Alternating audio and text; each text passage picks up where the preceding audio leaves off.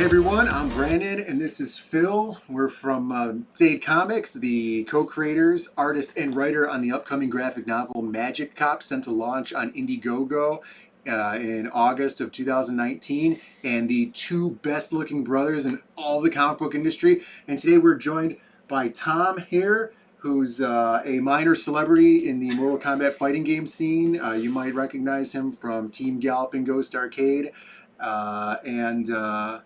All-around good guy. We've known him for many years. Good guy. All-around good guy. So he's here joining us because although it's not necessarily a comic book thing, it's kind of a comic book thing, and we're all super excited about this because this is a huge throwback for us when we were younger. 15 years ago or so.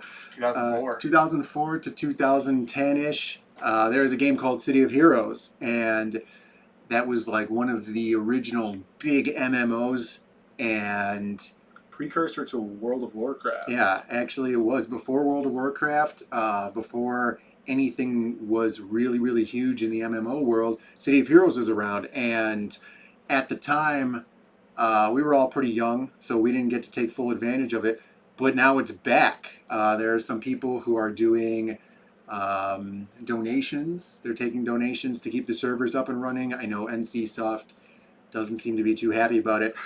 But guess what? You know, they're missing out on a lot of money because there's a lot of people playing the game right now. Every time we go in, the servers are full. Yeah, private servers. Yeah. So, yeah. There's 5 servers, which is, if I'm not mistaken, that's more than there were when it was paid servers. Yeah. So, is that true? I think No. There was more back then, but these are like 5, and they keep growing, like totally packed servers. Yeah, Like, when we first downloaded it, there was, how many servers were there? I think there was 2 or 3. 2 or 3?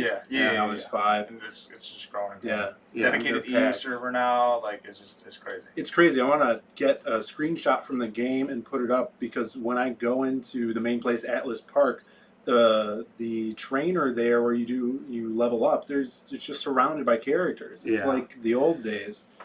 Prior to this happening, there was City of Heroes, and it was kind of just a local or like a private server where you could go in. There was no missions or powers or anything like that. And I was actually contacted by this guy who used to play with back in the day, and his handle was Alanon1.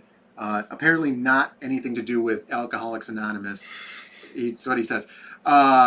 He emailed me, found my email. I guess we emailed back so many years ago, and he found me and was like, hey, there's this private City of Heroes server. You could download it and then go in there. There's no missions or anything, but you could kind of go hang out, and they would have events where they would do costume contests and just hang out and chat with their old friends. And I went in there and I saw some people that I used to know, which was pretty cool.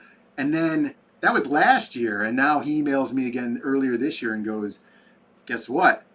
You could play the game now. And I was like, yeah, it's crazy. I told these guys, and everybody... I haven't stopped playing it since. I'm literally on it every single day at super odd hours. Like, I'm just grinding. There's so much of the game that, like you said, we weren't necessarily able to fully grasp when we were young. Like, we were very new to the genre itself, and now that we're a little older, a little more experienced, and like gaming in general, like there's so much to the game, and there's like the current version of the City Heroes that they have available to play is the full version. So it's got every single expansion, like, or issue as they call them, as like giant patches. Yeah. Issue So 26 is right now.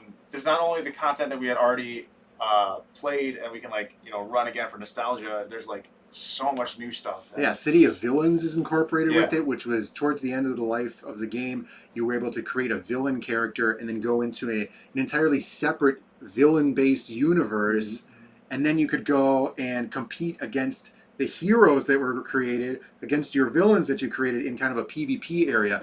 Now that's included also, and they have Going Rogue, which allows you to create a villain in the Heroes universe, and you could be a villain as a hero with the villain powers. It's so much fun.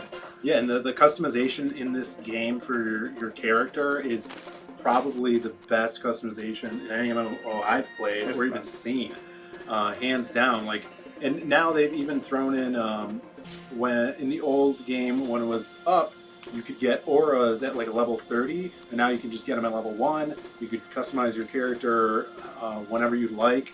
They still do use in-game currency for like going to the tailor and customizing stuff like that, but it's out of this world. And even though the graphics are still like the old days throwback graphics, it's still awesome. Yeah. Like, it doesn't matter. And look, yeah. realistically, back in 2004, 2006, you play the game and the load times were what? A minute, God. 2 minutes? You know, you were not Yeah, running the that's best bad. computer in the world. Especially And now it's 15, 17 years later. Instant load-in. Instant load-ins. Your computer could almost run the game at max resolution with max particles. Not my computer. I'm still playing on my laptop from 15 years ago. Yeah, So truly living in the past. yeah, I'm playing the game seriously here. So yeah, that's a lot of fun, being able to see the game at its full resolution, being able to play with max particles, max dynamics and everything going on. That's a lot of fun.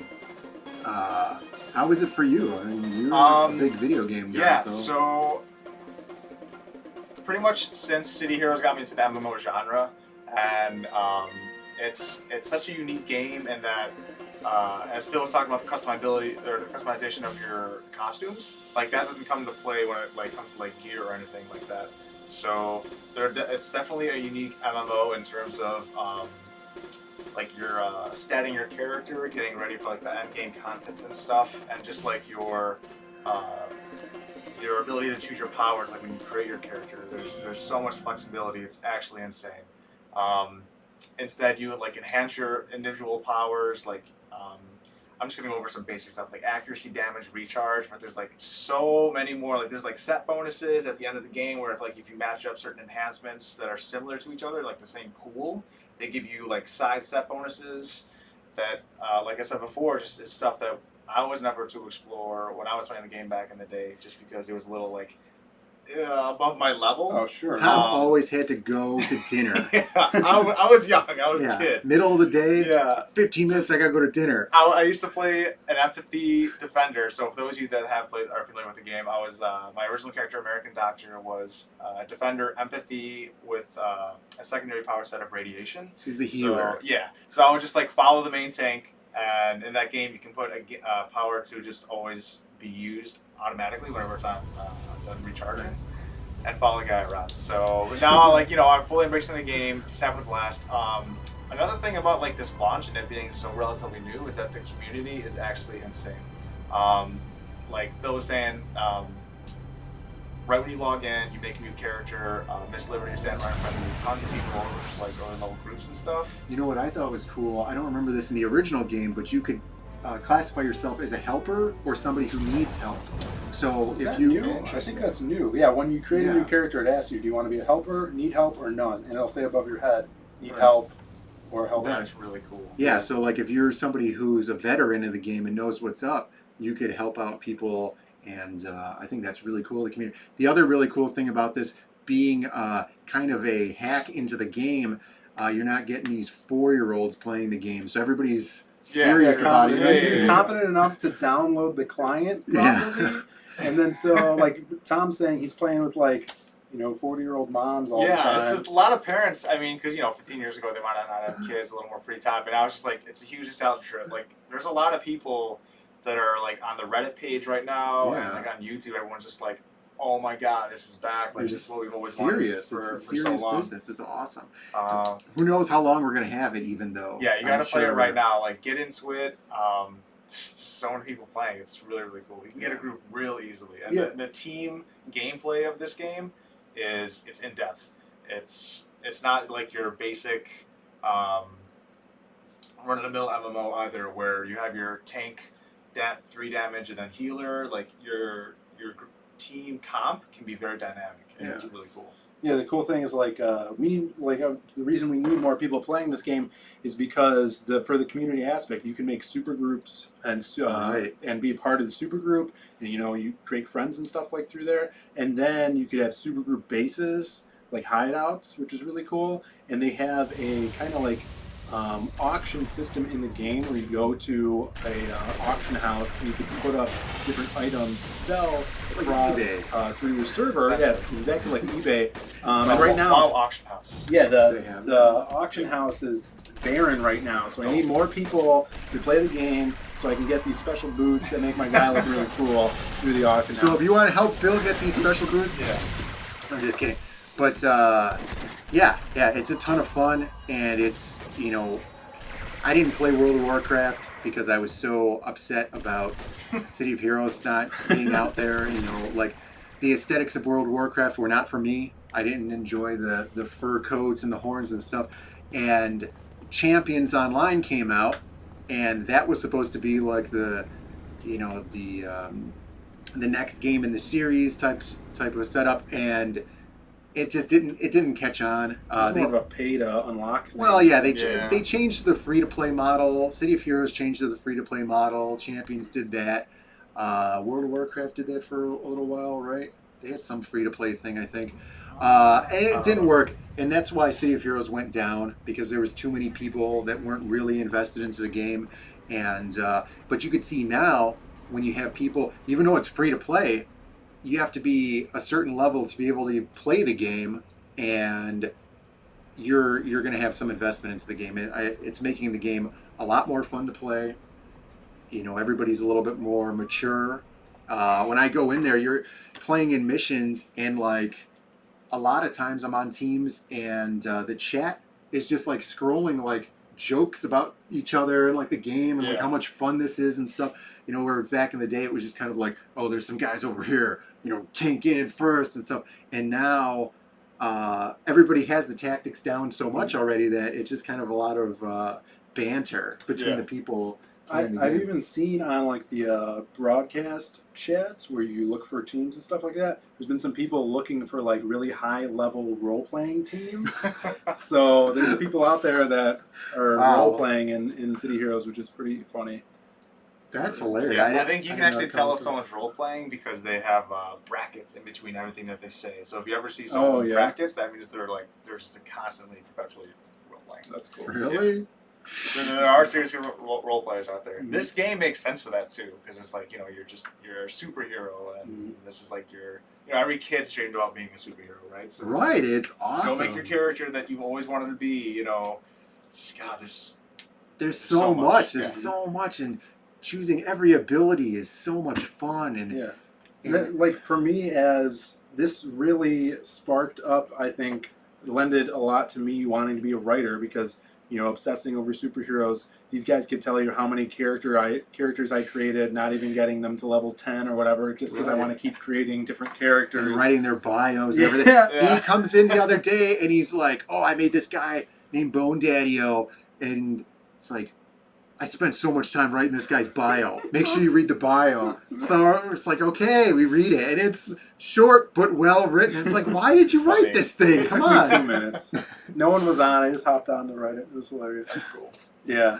But, So should we talk about our mains and powers, maybe? Sure, if you want. Yeah. Like back in the day, I played a character named ZaidNinja, and he was a scrapper, which is a close-up melee character with a katana. Back in the day, before I knew the nuances of doing the powers and stuff like that. Obviously, back then you're pretty young, so you want to just do tons and tons of damage. But the scrapper pool kind of runs out of attacks after a while and starts doing things like aggro pulls and stuff like that to bring groups to you. And so my guy had the scrapper katana attacks. He had health regeneration, which was amazing. And then he had teleportation and super speed and the ability to heal others via a device on his belt, like a little remote control that would heal and res people. He had stealth, so you could sneak around into groups of people before he gets to attack them. You know, you could go and like place yourself in there really well. And you can see, like, as we go through these guys here, you're going to be able to see the diversity in the power sets that there are, because you could go and be a blaster or a controller, and you'll be able to understand what these things mean. And I always play as like a melee scrapper because back then I tried to create a blaster, which is somebody who would shoot energy blasts, and it just didn't work for me. My mentality was just not there. I'm always like trying to jump in and attack these guys, and so being a blaster and standing back just didn't work. So I had to, now when I recreated ZaidNinja, I made him exactly the same way as he was before, except with a little bit more of a mature twist on setting up the power, so I'm not going through and just grabbing all these unnecessary powers like I was back in the day. Mm-hmm. Yeah, so right now I'm really digging the Masterminds, which is a new power set that was introduced in City of Villains, that when City of Villains launched, you couldn't get in Heroes. So Masterminds is basically you control pets, or, you know, and you could have a variety to choose from. So you can choose robots, you could choose necromancy, which is zombies, you could choose beasts, which are wolves and other animals. But I chose cool. 2 mains, and they're both masterminds. One's a demon mastermind, so he summons like demons with horns, and they throw fire and ice and like dark matter. And then I have another one that I just made last week, who's a thugs, and they like gangbangers come out with guns. Really cool. The aesthetic is awesome. How you summon them is different for every type. So yeah, my thug guy, he whistles and they run out of nowhere, or the higher thug enforcers actually crawl out of sewer holes on the ground. So cool. And then he also has a secondary ability of poison, so he could debuff enemies, he could heal his allies, he can resuscitate other heroes that have been killed. And yeah, so I'm really digging the Masterminds, because I think like where Brandon likes to be up close, I don't really like that, because in camera angles and stuff like that, especially in like cave missions, I don't know who I'm hitting, so I like hanging back and sending the guys in to do the dirty work.